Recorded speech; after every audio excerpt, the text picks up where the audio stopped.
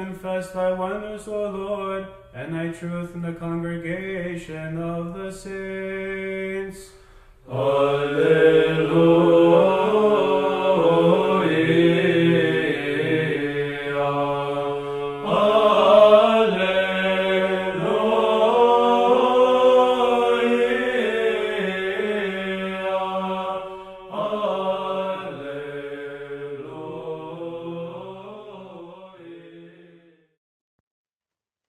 Do Pai, do Filho e do Espírito Santo. Amém.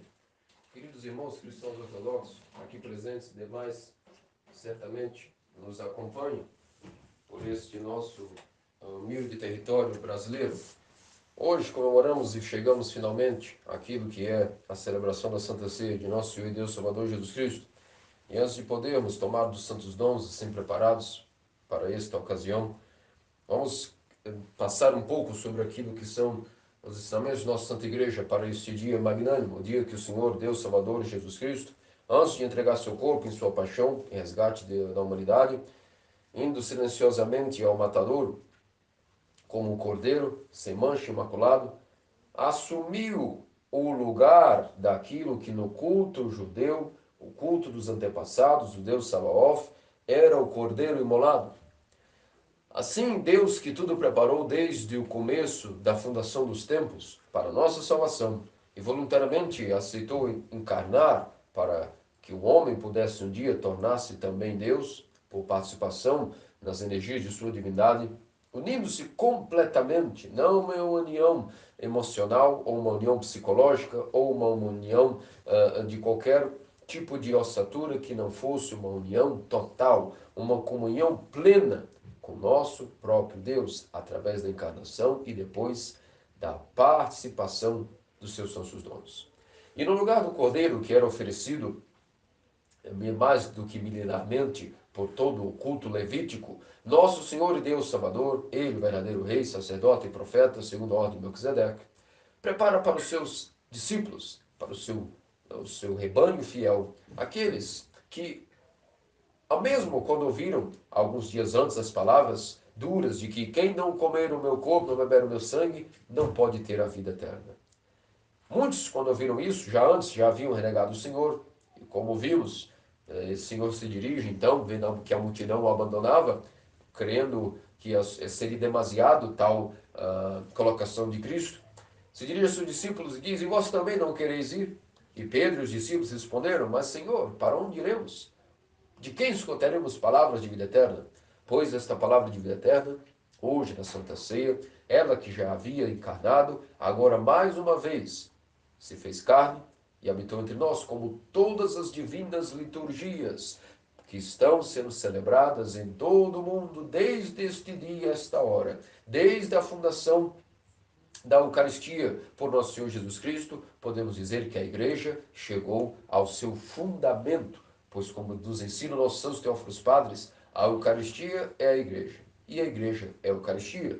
Para isso todos nós vivemos, para isso nós trabalhamos, para termos dinheiro. Para quê? Para podermos nos dirigir, nos transportar para nossas paróquias. Nós gastamos tempo realizando tarefas deste mundo, limpando nossas casas, cuidando de nossos filhos, educando-os, sendo monges ou sendo pessoas leigas no mundo comuns, ou sendo sacerdotes, ou sendo aqueles que estão responsáveis diretamente pelo ministério do altar, não importa.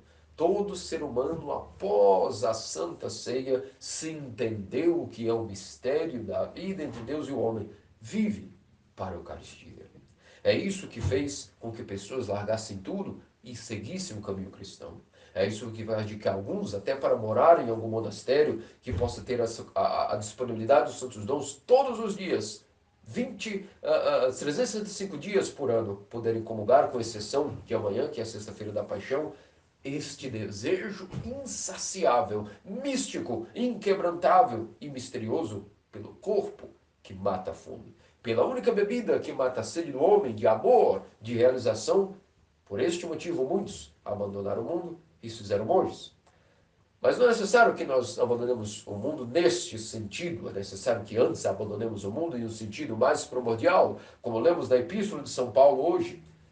Muitos estão entre vós doentes, enfermos e até beirando loucuras, estão lunáticos. porque comungam de maneira não preparada. Por quê? Porque não abandonaram o mundo e se aproximam do Criador do mundo sem ter abandonado o mundo. E com isso, repleto de impurezas, aquilo que deveria ser um remédio, causa uma doença ainda maior. Provando-nos aqui o ensinamento de que, como Judas mesmo, com o seu coração despreparado para receber esta grande graça mística, acabou por, assim que comungou, como narra a Escritura, as duríssimas palavras de que o Satanás nele entrou. Assim, vemos que há uma preparação. E essa preparação, quem pode nos ensinar ela, senão a Santíssima Theotokos? A preparação para a comunhão, se for pelas nossas próprias forças, inteligência e disposição, nunca será minimamente perfeita nem completa. Mas, graças a Deus, temos a Santa Igreja, que nos deixou a Theotokos, demonstrando-nos de que, como nos ensina São Nicolas Cabasilas, e complementamos com o ensinamento de São Gregório o Teólogo, assim como também de Gregório Palamas e de São Simeão, o novo teólogo. Se nós mantemos uma vida de constante oração na memória de Deus, na memória da morte, sempre tocando com a memória, o intelecto e o coração, as vestes, a orla das vestes do nosso Senhor, assim como o seu corpo, através da mente e do coração dos ícones, da nossa oração pessoal, da leitura do seu Evangelho. Se assim mantemos a nossa reflexão, ainda que pecadores, ainda que imperfeitos, porque nada podemos fazer para que sejamos dignos de ao menos comungar uma única vez na vida. Mas, se a nossa reflexão é voltada justamente para o nosso Senhor, se o seguimos com a memória, com a lembrança da morte, de que um dia o encontraremos, como meditamos esses 3 dias da grande semana a respeito do noivo, se a nossa alma se faz uma noiva de Cristo. Assim como a Santíssima Theotokos, desde menina, sempre tinha na mente e no coração constantemente a memória de Deus. Isto é a preparação melhor para a comunhão. E como que uma coroa de ouro para aqueles que vão comungar e se unirem ao Senhor, a igreja ainda preparou 12 orações. 12 orações que foram escritas por pessoas já iluminadas e verificadas, nossos santos padres, como São Basílio, São João Crisóstomo, São Metrafrasto, São Simeão, o Novo Teólogo e tantos outros.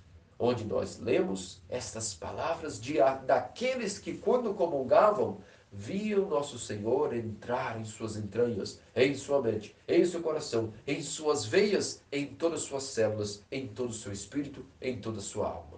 E narraram, produzindo para nós, daquilo que viviam, sua própria experiência, narraram orações preparatórias, dignas, para que aquele que humildemente em lágrimas, e sabendo de sua terrível abominação diante do corpo santo do Senhor, mas como mulher que tinha um fluxo de sangue, não, ainda que sabia disso, que a consequência de sua doença, a causa de sua doença era o pecado, teve coragem diante do médico e se prostrou humildemente, discretamente, apenas crendo pela fé, que apenas tocando a orla das vestes do Senhor obteria a cura.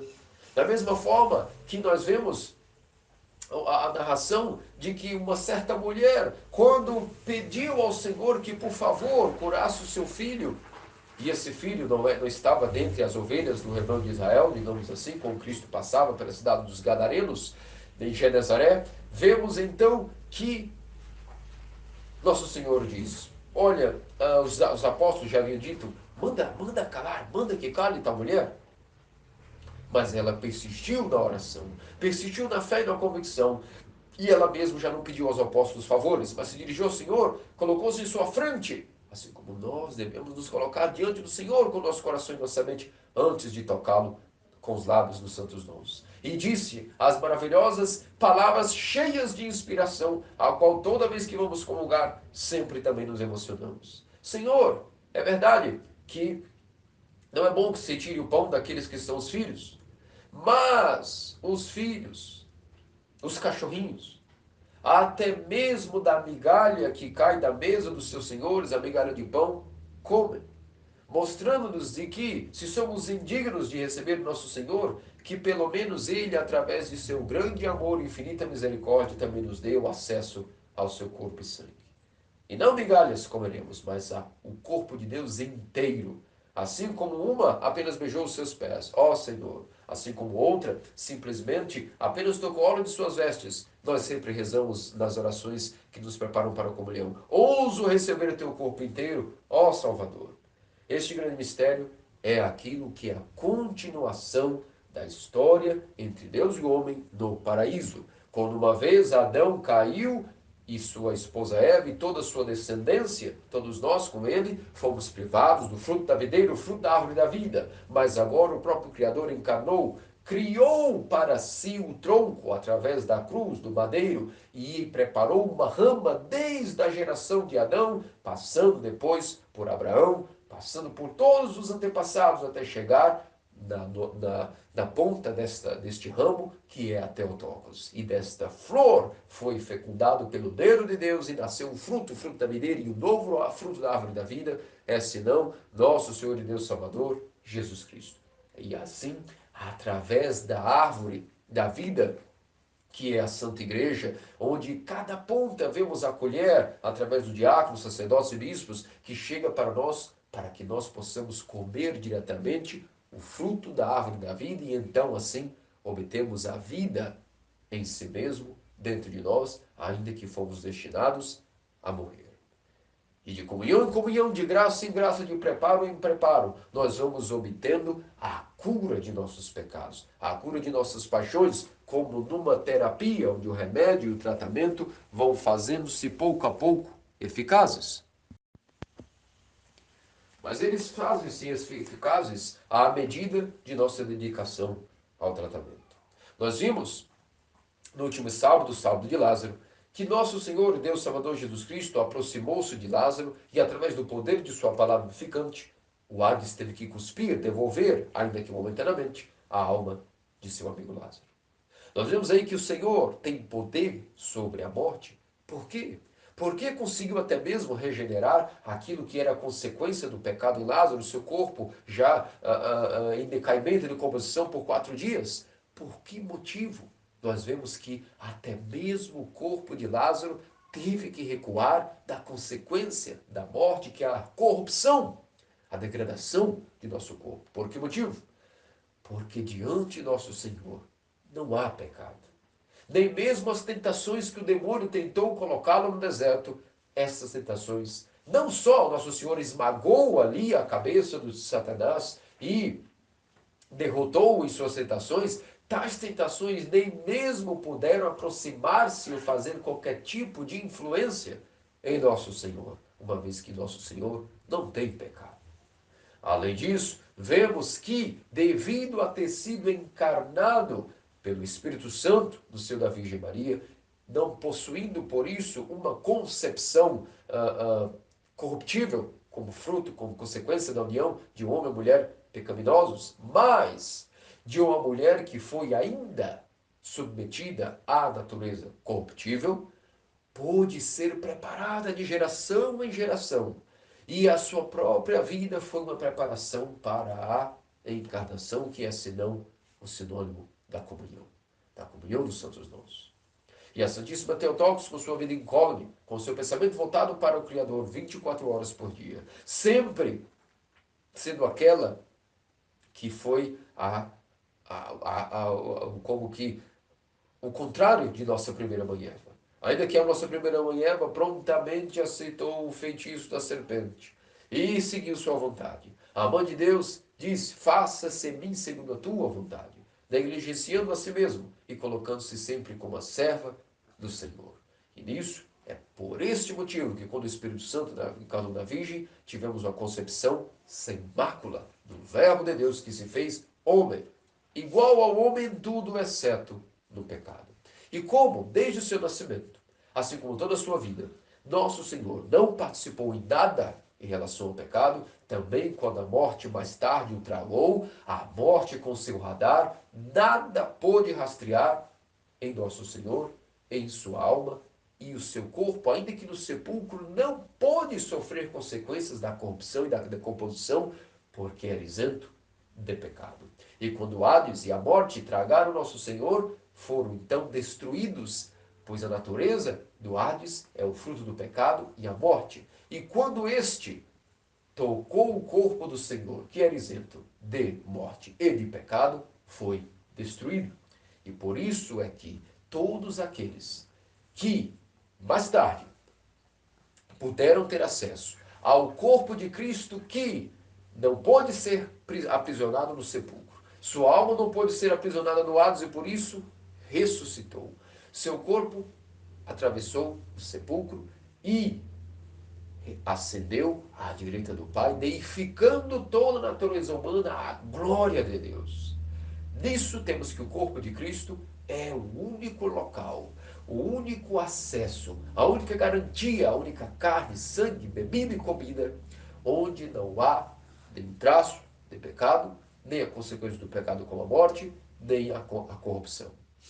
E todos aqueles que participam então do corpo de Cristo, que é senão a igreja, também vão tendo acesso à incorruptibilidade de Deus, à mente de Deus, ao corpo e sangue incorruptíveis de Deus, que são imortais. E em primeiro lugar, esse corpo e sangue atuará como um remédio, curando na alma, primeiramente, a origem do pecado. Dentro do DNA da alma, toda a nossa corrupção começará a ser curada. A origem das paixões, dos vícios, dos nossos pecados, dos nossos maus sentimentos e pensamentos serão exterminados. Passando uma vida de arrependimento, de lágrimas e comunhão, com o tempo, esta alma acumulará a cura devido ao corpo e sangue de Cristo, que são os remédios, e ela, depois de curada, passará a participar da iluminação de tal corpo e sangue, e por fim será deificada de tanto ter participado deste mesmo corpo e deste mesmo sangue. E esta alma, quando escutar também como Lázaro escutou, sai e vem para fora. Esta alma carregará consigo o seu leito, e não será mais paralítica, mas ressuscitada. E o seu leito, que é o seu corpo, irá se acoplar novamente, ressuscitando na alma que adquiriu a força de vida eterna, por ter sido algo participante do corpo, sangue, alma, divindade de nosso Senhor e Deus Salvador, Jesus Cristo. E isso é o processo de salvação do homem, e é por isso que hoje, antecipando-se amanhã, que é o grande dia da paixão de nosso Senhor e Deus Salvador Jesus Cristo, a glória de Deus, hoje, todos os cristãos ortodoxos estão reunidos para celebrar esta grande festa e banquete, onde o próprio Deus vivo cingiu-se com a toalha, lavou os pés dos seus discípulos, dando exemplo de humildade, e nisso mostrou-nos o ensinamento de que aquele que quer ser o maior entre vós, veja que exemplo vos dou, sejam mansos e sirvam, coloquem-se a serviço, deem a vida por todos, ensinando-os, em primeiro lugar, aos hierarcas da igreja, que sigam estes ensinamentos, que sejam bispos humildes, que coloquem-se a servir como pastores que dão a vida pelas ovelhas. A mesma coisa, todos aqueles são seus presbíteros, diáconos, e todos aqueles que por algum motivo são cristãos, devem sempre lembrar, viemos para servir ao nosso irmão.